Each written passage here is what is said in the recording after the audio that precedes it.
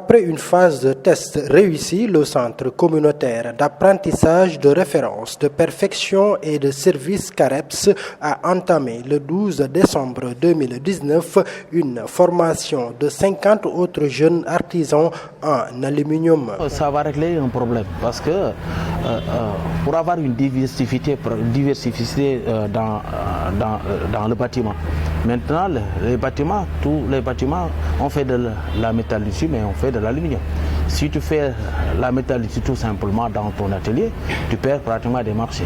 Il faut que les artisans puissent avoir pratiquement des connaissances sur l'aluminium. C'est pour cela qu'on a dit que c'est une nécessité pour chaque maître artisan puisse avoir des prérequis pour faire une formation en aluminium.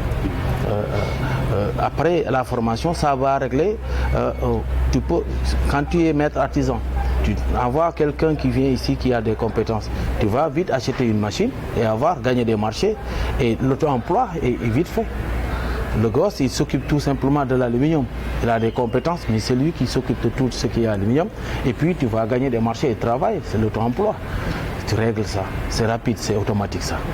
Pour les autres maîtres artisans, les autres, ils ont déjà ouvert leur atelier, c'est des jeunes. Ils vont avoir une diversité et puis gagner beaucoup d'argent dans le bâtiment. C'est pour cela, c'est important, c'est très important pour avoir une formation en aluminium. Comment réaliser une porte en aluminium, ouverture à la française, une fenêtre coulissante et puis une grille de protection. Et c'est ça, la formation. Une formation financée par la coopération allemande à travers le programme Réussir au Sénégal, initié par GIZ-GFA. Cette mesure de formation a été initiée par le CAREPS, dirigé par M. El Hadji Bada Ndiéguène, avec lequel nous avons déjà travaillé sur une première mesure. Mais compte tenu du nombre de jeunes qui souhaitaient faire cette formation, nous avons accédé une nouvelle fois à sa demande et nous nous sommes engagés à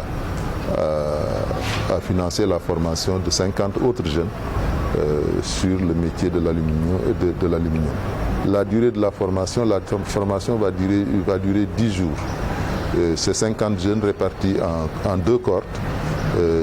Chaque cohorte va faire 10 jours de formation. Ce sera une formation essentiellement pratique parce qu'ils ont déjà les compétences du travail du métal. Pour le conseil technique au bureau GFA, la cible jeune est naturellement choisie pour accompagner les autorités de l'État dans leur politique de création d'emplois, mais aussi pour faciliter aux jeunes un emploi durable. Nous avons un critère essentiel, c'est dans le cadre du programme, nous visons les jeunes de 15 à 35 ans. Le deuxième critère, ce sont les critères que nous discutons avec la profession, avec le CAREPS, pour que tout le monde puisse avoir accès à la formation parce que nous sommes pour l'ouverture, nous sommes également pour un accès libre à la formation. Au niveau du Sénégal, c'est la couche la plus importante. C'est peut-être 60 à 70% de la population. Et généralement, c'est au niveau de cette population-là qu'on rencontre le plus de demandeurs de formation et le plus de demandeurs d'emploi. Donc, nous n'avons pas choisi, si vous voulez, la cible, c'est la cible qui a choisi le programme. Parce que dinañu permettre ñu découvrir yeneen facettes liggéey bi yoo xamante ne bokk na li ñu woon faral di liggéey parce que ñun ñoo faral di liggéey ci métallique tey ñu ngi lycée aluminium. Le coordonnateur du CAREPS, El Hadji Bada Ndiéguène, a saisi l'opportunité de cette formation de 50 jeunes pour lancer un appel aux autorités de l'État afin de transformer ces jeunes en soudeurs professionnels en vue des métiers liés au pétrole et au gaz. J'avais demandé pratiquement au projet, on parle du gaz et du pétrole au Sénégal. Maintenant, il faut préparer les jeunes, pratiquement qu'ils puissent avoir des compétences dans le pétrole et des soudeurs professionnels. Il n'y a pas de soudeur professionnel. On va prendre pratiquement la sous-région, qu'ils viennent ici et faire la soudure. Nous, on n'a pas préparé nos populations sur la soudure professionnelle parce qu'il n'y avait pas de découverte pratiquement dans du gaz et du pétrole. On n'a pas préparé ces jeunes-là.